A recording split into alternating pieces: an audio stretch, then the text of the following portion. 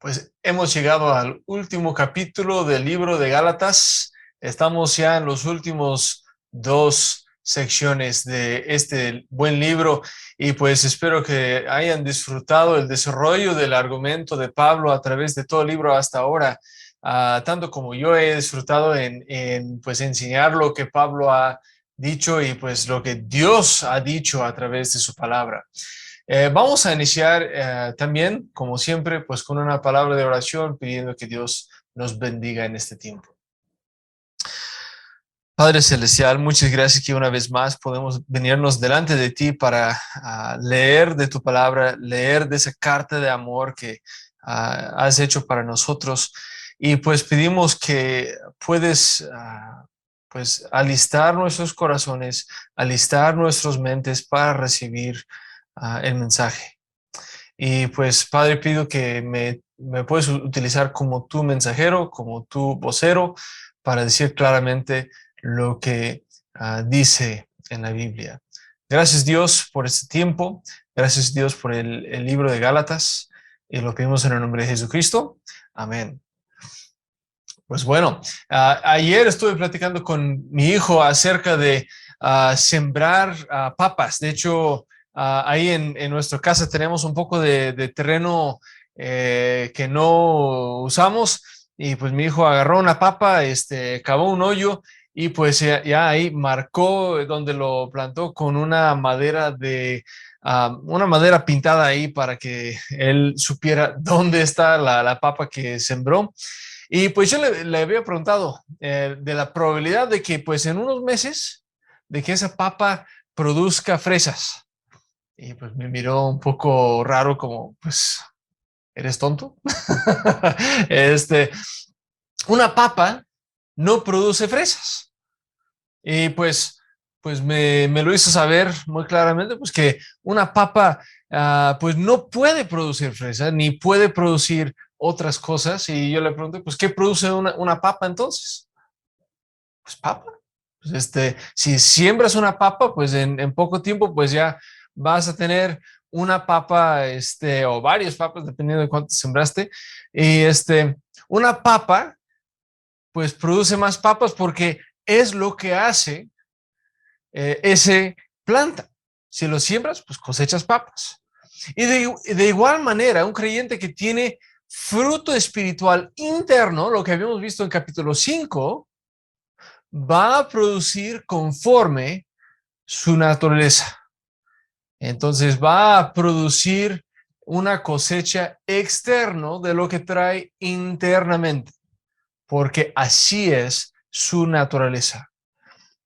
Entonces el tema de hoy es la cosecha del fruto interior.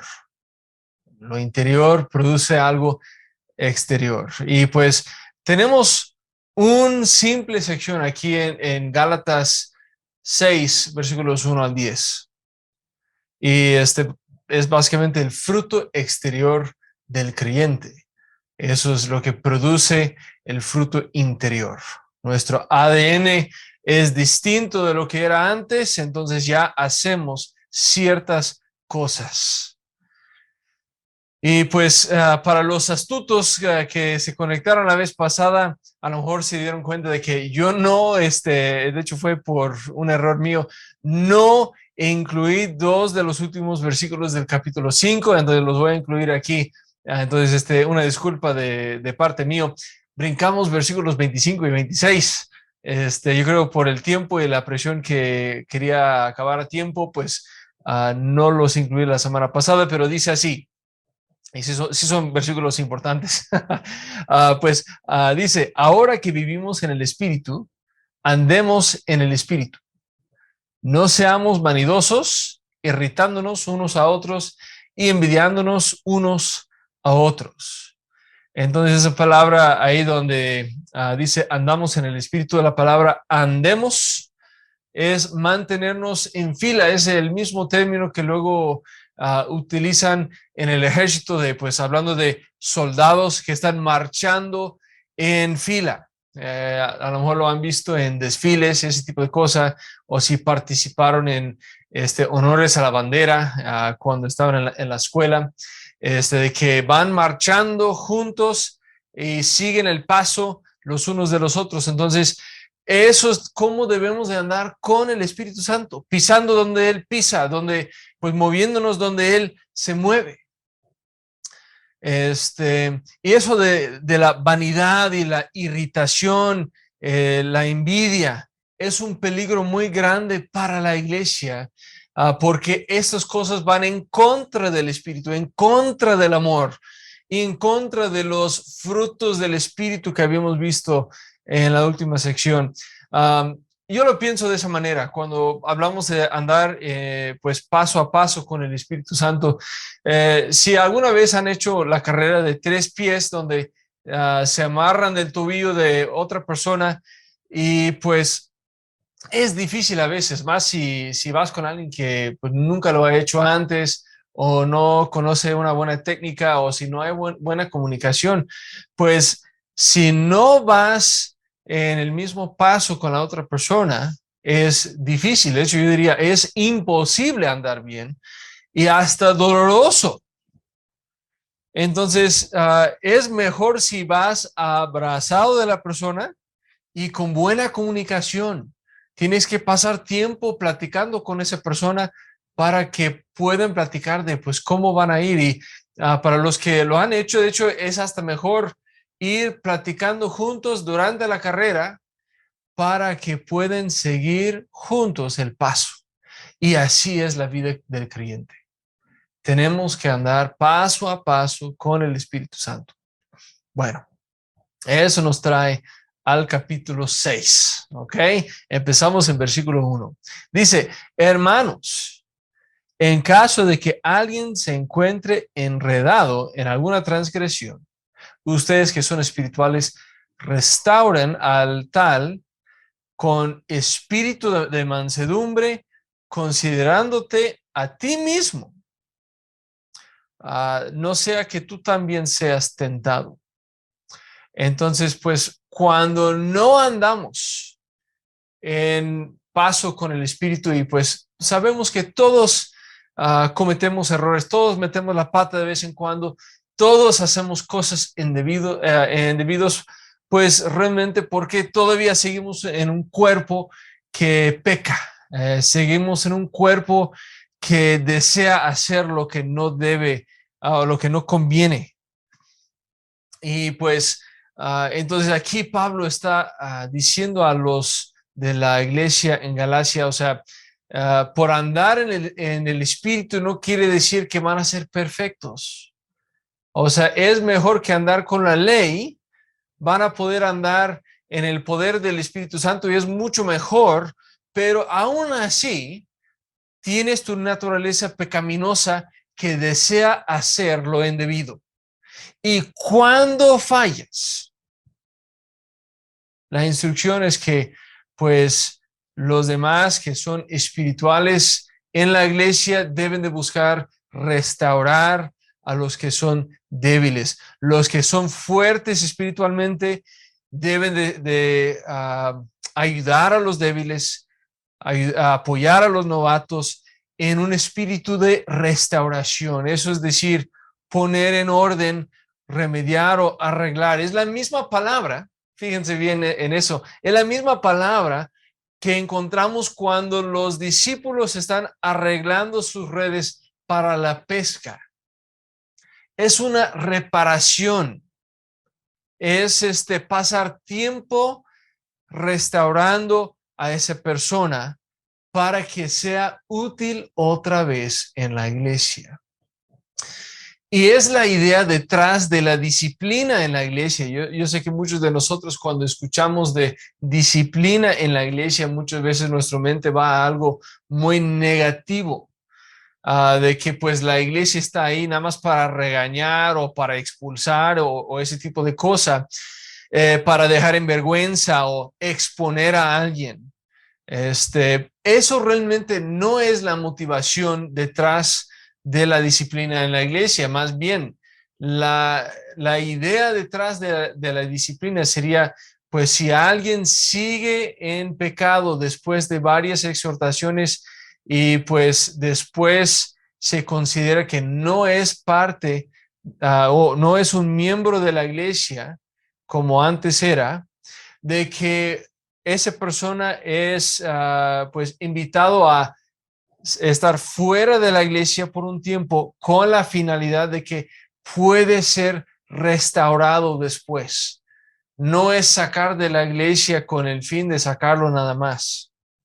Es sacarlo para que si esa persona anda en algún pecado donde no está arrepentido, de que puede estar en ese pecado y que pues al sufrir las consecuencias de ese pecado, de que después ve el error que había decidido hacer y que la iglesia después puede recibirlo una vez más cuando esté arrepentido. Entonces, siempre es con la idea de que pues vamos a buscar restaurar a ese hermano, pero es después de ir con esa persona, exhortarlo, animarlo y pues ya cuando pues por fin esa persona dice, no, no quiero, pues es cuando la iglesia pues tiene ese deber de entregarlo a su pecado, pero con el fin de que pues esperamos que después esté arrepentido. Y cuando esté arrepentido, pues lo restauramos a tener comunión con la iglesia. Entonces, todo lo que hacemos en ese asunto de disciplina en la iglesia no es con un fin de tratar mal a alguien o simplemente exponer a alguien en su pecado. Está hecho con el deseo de restaurar a esa persona. Y yo he visto casos donde una persona que no estuvo arrepentido, después de un tiempo regresó a la iglesia, pidió perdón y pues pudo estar restaurado y fue algo hermoso, no algo penoso. Y pues así debe de ser. La iglesia también tiene la respuesta. Los que son maduros en la iglesia tienen la tarea de recibir de vuelta a esa persona porque sí son útiles en la iglesia. Vemos algo muy parecido en el libro de Filemón, cuando consideramos a Onésimo, el esclavo que se había huido de la casa de Filemón. Y pues Pablo decía, antes era inútil, pero ahora sí es útil. Entonces, un juego de palabras con su nombre, no solamente llamándolo inútil o útil, pero realmente de que pues ahora queda restaurado en la iglesia a los ojos de Filemón, a quien había ofendido, aunque lo había ofendido cuando todavía era un no creyente. Pero es la misma idea de que pues ahora puede ser recibido en la iglesia porque fue restaurado. ¿Ok? Eso es la idea de restauración. Y nuestro Dios, en fin, pues está en el negocio de hacer útil algo que fue inútil antes y de dar restauración a cosas que no servían antes, de dar vida donde había muerto antes. El ejemplo principal sería de nosotros. Antes de Cristo, estábamos realmente muertos en nuestros pecados y Dios nos dio nueva vida. Ok, entonces dentro de la iglesia más aún debe de haber oportunidad de restauración. Cuando pecamos, porque todos lo hacemos, y estamos arrepentidos, podemos quedar restaurados en la iglesia por los que son más maduros. ¿Ok? Y aquí aparece la palabra mansedumbre. Eso fue una palabra que platicamos en la última sesión también, que definimos como fuerza bajo control. Entonces, los que son espiritualmente maduros tienen el deber de tratar a la persona que ha fallado, de tratarlo con mansedumbre. Por eso dice, pues, ustedes que son espirituales restauran al tal con espíritu de mansedumbre. Entonces, no estamos ahí en la iglesia nada más para dar unos golpes y no, pues, ¿qué estás haciendo, no?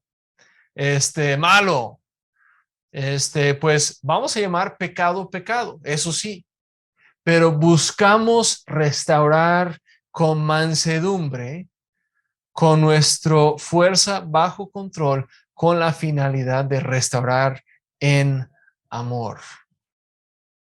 Y ahí tenemos una advertencia, y eso sería una advertencia para los que son maduros, los que están haciendo la restauración, que no sea en un espíritu de arrogancia, pensando de que no podemos caer nosotros. Y yo creo que eso debe de ser un foco fuerte para nosotros los que tenemos tiempo en la iglesia, porque a lo mejor tenemos tiempo pues en la fe, puede ser 10, 20, 50 años en la iglesia, pensamos, no, pues yo ya no corro el peligro de caerme en la tentación que esa persona. Pero hay que tener mucho, mucho cuidado. Tú y yo tenemos que tener mucho cuidado.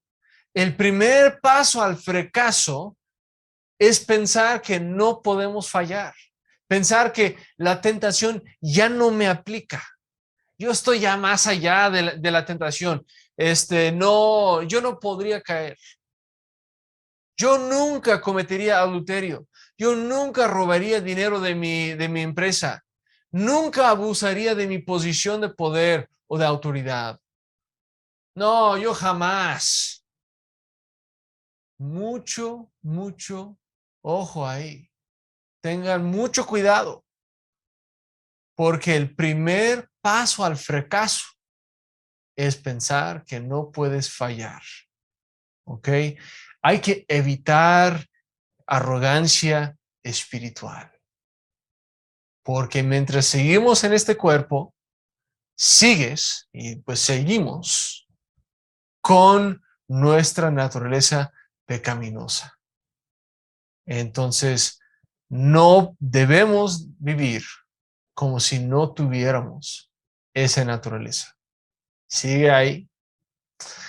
Versículo 2. Sobrelleven los unos las cargas de los otros, y de esta manera cumplirán la ley de Cristo, porque si alguien estima que es algo, no siendo nada, a sí mismo se engaña. Entonces Pablo aquí está encargando de que nos ayudamos los unos a los otros.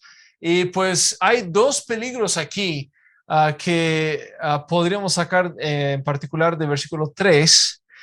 Pues realmente la palabra correcto es estoicismo, donde yo creo que soy una isla, soy una piedra, de que no necesito a nadie más. Y pues ten mucho cuidado, porque a veces sí hay cargas donde sí necesitamos ayuda. Por eso dice, pues sobrellevan los unos a los otros, perdón, sobrellevan los unos las cargas de los otros, de que en la iglesia debemos de apoyarnos mutuamente. Nunca eras muy grande o muy maduro o muy rico o muy poderoso en este mundo para no tener un momento de necesidad. Todos tenemos momentos. Y a veces tenemos que humildemente recibir ayuda. Por eso, eso del estoicismo, de pensar que yo solo puedo, no es una idea que promueven las escrituras. Que los autores en la Biblia y pues lo que Dios comunica al ser humano a través de su palabra es que tú necesitas una familia en la iglesia. Y no eres salvo para vivir solo, ni puedes sobrevivir solo afuera de la iglesia. Yo sé que sucede a veces en algunos países cerrados, pero no es algo saludable. Cuando mi hijo estuvo en el hospital por un mes, eso fue hace 6 años que cuando él nació, pasó un mes en la UCIN, y pues nosotros recibimos comidas, caldos, guisados, tortillas, refrescos. Fue una gran ayuda porque nosotros íbamos 3 veces al día al hospital para visitarlo y no teníamos tiempo ni siquiera para cocinar. Fue un tiempo de mucha aflicción en pues estrés, salud financiera y pues la iglesia estuvo ahí para apoyarnos. Para eso es la iglesia. Y pues eso lo digo como pues siervo en la iglesia, persona, yo tengo más de 30 años como creyente. Nosotros necesitábamos la ayuda de la iglesia. Y pues humildemente pues aceptamos ese apoyo porque fue un momento donde no podíamos llevar ese cargo solo.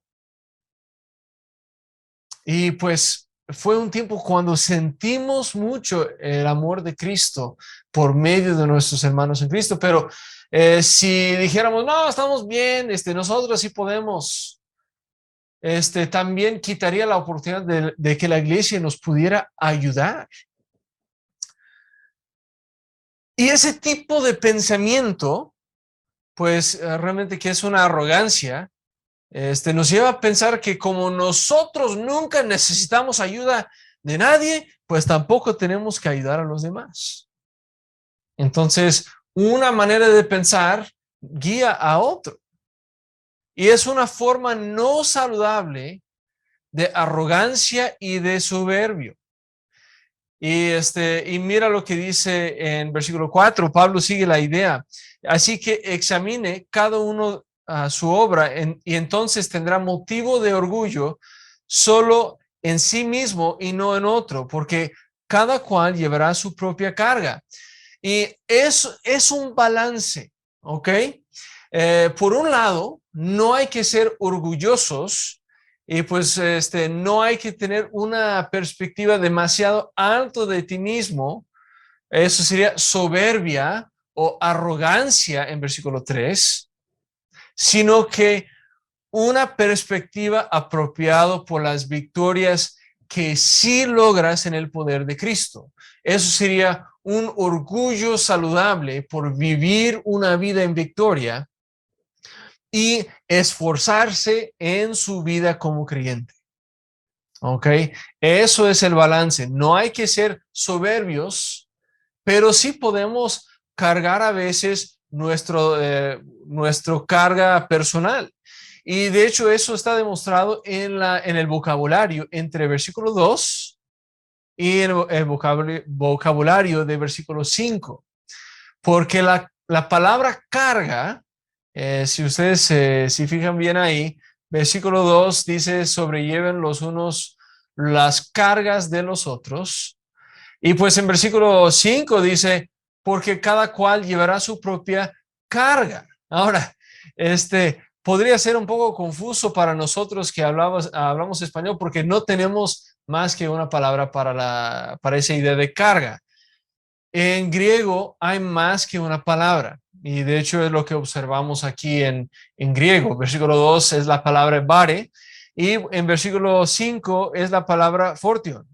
Entonces son dos palabras distintas. Bare es una carga opresivo, una abundancia de carga y pues es ahí donde nos ayudamos mutuamente porque es algo que yo no puedo cargar solo.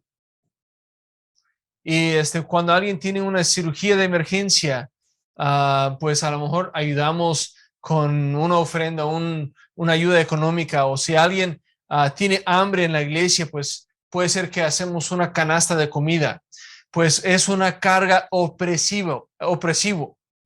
Y fortian, pues es la palabra que luego se usaba de un soldado, otra vez esa idea de los soldados, pues es una carga típico de un soldado, lo que puede cargar una persona solo.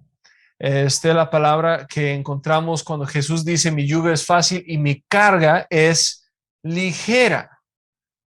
Es una carga menos pesado. Entonces, pues en las áreas donde sí puedes hacerlo solo, no seas flojo. Es lo que Pablo está diciendo. Recibe ayuda de otros cuando es demasiado tu carga, pero no esperes que los demás te resuelven la vida. Sí hay que esforzarnos en la vida cristiana. Por eso Pablo luego en Tesalonicenses dice, pues el que no trabaja, que no come. Es bueno que cada creyente sea responsable en el área donde Dios le ha puesto. Sí, hay que llevar nuestra propia carga y vas a ver lo que Dios puede hacer en tu vida. Entonces, sé fiel con lo que Dios te ha dado. Versículo 6 dice, el que recibe instrucción en la palabra, comparta toda cosa buena con quien le instruye. Es otra instrucción práctica aquí de Pablo. Si hay algún maestro, líder o pastor en tu iglesia, está bien que un pastor o un maestro en la iglesia reciba un sueldo. Y si el pastor se dedica de tiempo completo a los asuntos del ministerio y de cuidar tu alma, de instrucción de la Biblia y pues a los asuntos de la iglesia, para que él pueda ministrar con alegría y no con ansiedad o preocupación de proveer para su familia, es bueno que reciba un sueldo. Y pues es algo que muchas veces pensamos de que no, pues igual como yo trabajo, él debe trabajar. Pues déjame, les digo, está trabajando. Es de hecho uno de los trabajos menos apreciados de la gente, porque cuando tenemos problemas o tenemos alguna preocupación, ¿a quién vamos para consejo? Vamos con el pastor. No recibe un sueldo extra porque te atendió en una llamada por 1 o 2 horas. Él recibe un sueldo, la verdad, mínimo por el trabajo que hace. Y créeme, pues un tiempo de instrucción o un grupo célula o donde enseña entre semana requiere varias horas de preparación anterior al grupo. O sea, si pues tienen un servicio entre semana de 2 horas, créeme, probablemente preparó unos 5 o 6 horas aparte. Y pues el domingo la predicación, otra vez, aunque sea de media hora, 45 minutos el mensaje, requiere unos 5 o 6 horas de preparación para una buena predicación. Entonces, ese pastor que está sirviendo en tu iglesia, considera el trabajo que está haciendo. Porque muchos, yo sé que, pues al menos aquí en México, pues muchos pastores trabajan de tiempo completo fuera del pastorado.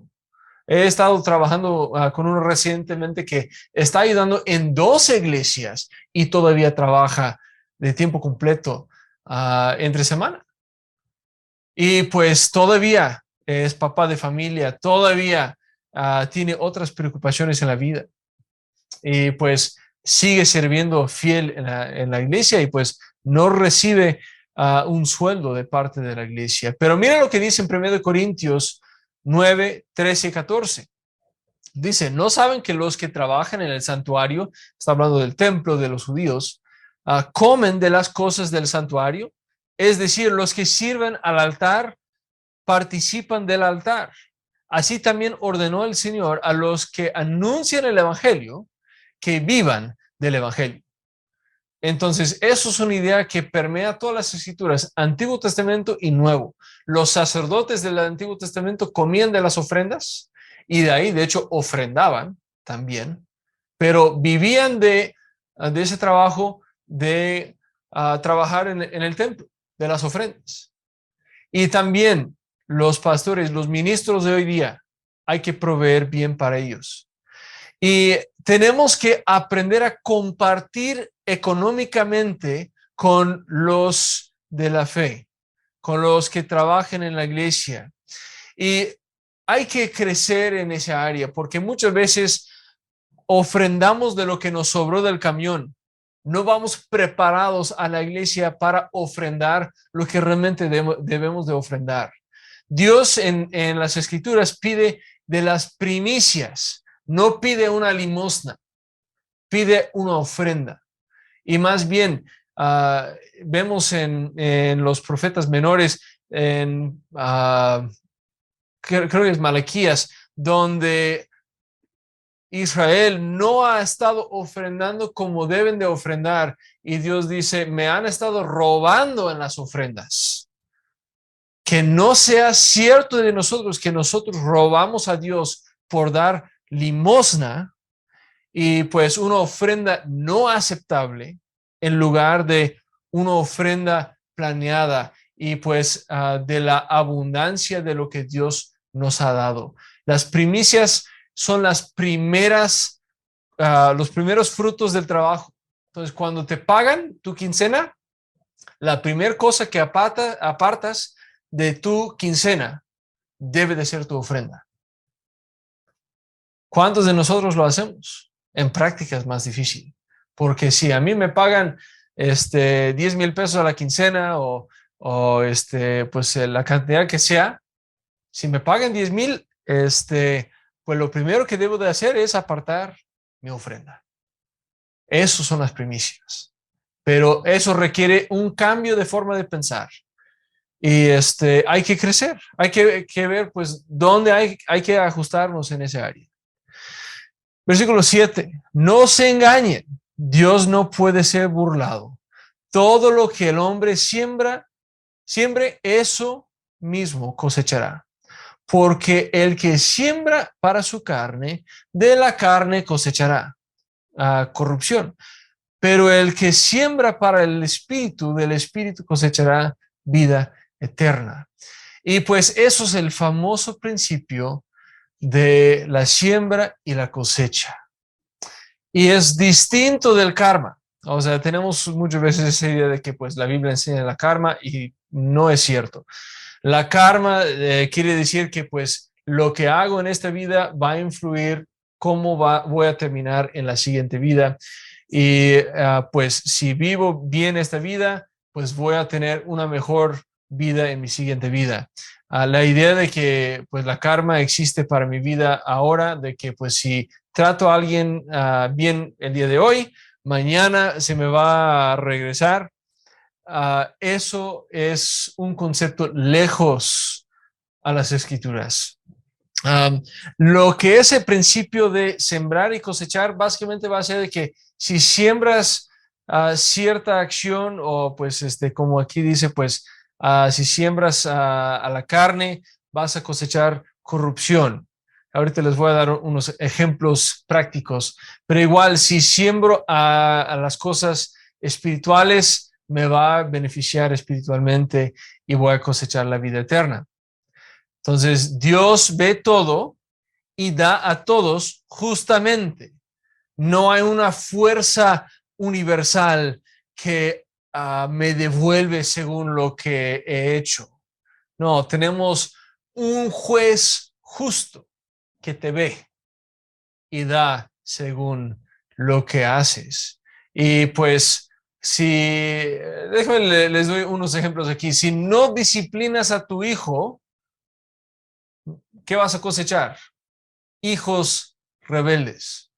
Y no es una promesa, sino es un principio bíblico. Es parecido con lo que vemos en los proverbios, ¿ok?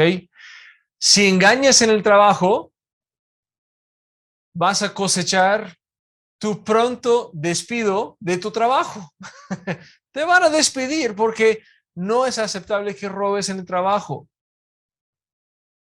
Si haces trampa en tu examen, tarde o temprano te van a cachar y te van a reprobar. En asuntos un poco más abstractos, si tienes una mente lujurioso y constantemente estás sembrando lujuria, voy aquí a un bar para ver qué muchacha me encuentro. Voy acá a ver pornografía. Voy a empezar a mandar textos a personas, a mujeres que no son mi esposa. ¿Qué vas a cosechar eventualmente con esa mentalidad, con esa manera de pensar? Pues podría ser que coseches eventualmente infidelidad, puede ser que cosechas el divorcio, puede ser que cosechas hijos que se sienten abandonados y que eventualmente a lo mejor te rechazan porque pues tú primeramente rechazaste a tu familia. Podrías cosechar incluso enfermedades como la SIDA por las infidelidades. Simplemente son la cosecha eventual de una mente lujuriosa. Si vas buscando las cosas de la lujuria y no lo frenas, eso sería el principio. Si cosechas el enojo, perdón, si siembras el enojo, perdón. Si siembras el enojo, pues ¿qué vas a cosechar? Pues a lo mejor peleas, cargos de asalto, tiempo en la cárcel, podría ser varios enemigos que no te quieren ver la cara. No hay manera de burlar a Dios. Y esa palabra burlar es como desafiar, actuar como si no importara su instrucción o si no te aplicara. De hecho, es subir la nariz. Eso es el término literal ahí, o la definición literal. Es rebeldía en contra de Dios o reírte de Dios. No me aplica lo que has dicho, Dios.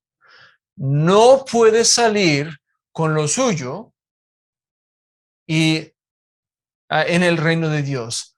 Va a haber, a lo mejor por un tiempo sales con lo tuyo, ¿no? A lo mejor por un tiempo disfrutas la lujuria. A lo mejor por un tiempo eres un enojón y peleonero. A lo mejor por un tiempo robas en el trabajo. Tarde o temprano pagas el precio, porque si hay algo que les puedo asegurar es de que hay un día de juicio donde Dios va a entregar a cada hombre lo que merece. Si tienes el perdón de tus pecados, te va a entregar conforme a las buenas obras que has hecho en tu vida. Pero si no tienes perdón de tus pecados, Dios te va a pagar conforme a tus obras malas. ¿Estás listo para ese día? ¿Estás preparado para pagar el precio en el día de juicio? Porque no puedes engañar a Dios. A lo mejor puedes engañar a tu jefe, puedes engañar a tu esposa un tiempo, pero no engañes a Dios. Por eso dice ahí Pablo, no puedes burlar a Dios. No te engañes. No vas a salir con lo tuyo. Eventualmente vas a rendir cuentas a un Dios justo que conoce no solamente tus acciones, sino tus intenciones de corazón.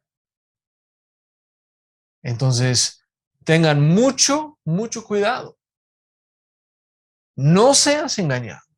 Si no has aceptado a Cristo, hay tiempo todavía. Si estás respirando y estás con vida.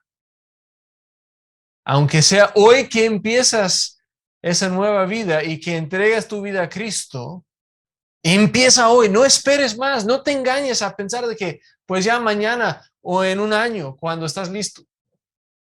Entrega tu vida hoy para asegurarte de que sí estás preparado para el día del juicio.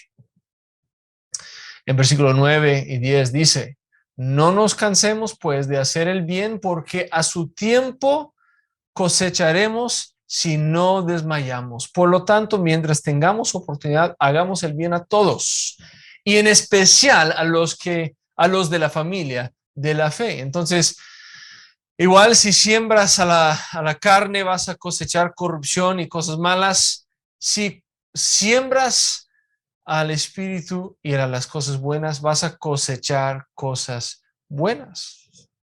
Si siembras papa, vas a cosechar papa. No puedes sembrar papa y esperar fresa.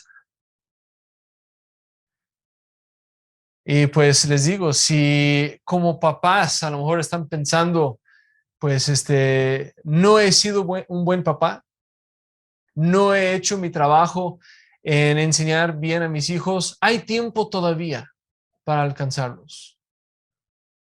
Hay esperanza todavía porque Dios todavía es Dios del universo.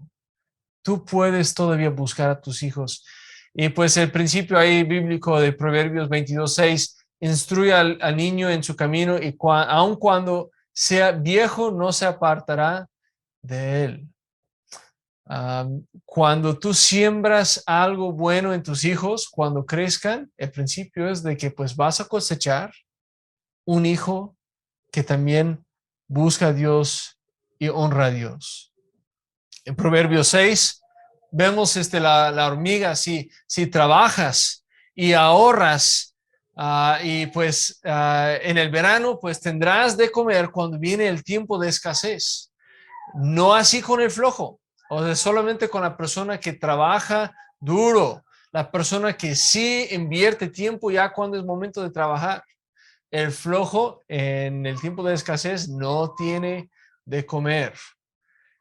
Y pues yo, ¿cómo les digo? O sea, eso es otro principio de cómo se aplica ese principio de sembrar y cosechar. De que si siembras cosas buenas, vas a cosechar eventualmente cosas buenas. Y pues lo veo también con las personas. Si nosotros como creyentes, y pues en el contexto de lo que estamos platicando aquí de creyentes maduros o creyentes espirituales que a lo mejor tenemos un poco más de tiempo en la fe, si nosotros invertimos nuestra vida en discipular y en entrenar y capacitar a los más jóvenes, los nuevos en la fe, los que no son maduros todavía, eventualmente vamos a ver una cosecha y yo los quiero animar porque pues por muchos años en mi vida cristiana nunca vi el fruto de eso. Y pues recientemente yo tengo ya casi 13 años trabajando en el ministerio en las misiones y pues ya he tenido oportunidad de ver algunos ejemplos de cómo Dios trae cosecha en su tiempo. Um, Hablé recientemente con uno que yo había enseñado cuando recién llegué a México y pues después de unos 6 o 7 años de no haberlo visto, pues estábamos en nuestros rumbos diferentes acá en la ciudad, pero lo encontré fielmente trabajando en el grupo de jóvenes en la iglesia y pues discipulando y pues entregando lo que pues yo le había entregado a él, ahora él lo estaba entregando a otros. Y ahora él tiene sus discípulos. Y me da tanto gozo ver ese tipo de movimiento porque Dios sí está al tanto de qué está pasando en ese principio de sembrar y cosechar. Si tú estás trabajando fielmente, a veces no ves en la cosecha en ese momento. Pero créanme cuando les digo, si siguen fiel en la siembra de cosas buenas, Dios sí en su tiempo va a traer la cosecha. Y tarde o temprano va a crecer, va a brotar y va a haber una cosecha en los campos de Dios. Entonces, no se cansen de hacer el bien solamente porque no has visto el fruto todavía. Tú siga fiel donde Dios te ha puesto y vas a poder, uno, glorificar a Dios por lo que ha logrado en tu vida, como decía en versículo 5, y también vas a disfrutar de una cosecha de lo que tú has sembrado. Nos vemos la próxima semana para nuestra última sesión en el libro de Gálatas. Hasta entonces, Dios te bendiga.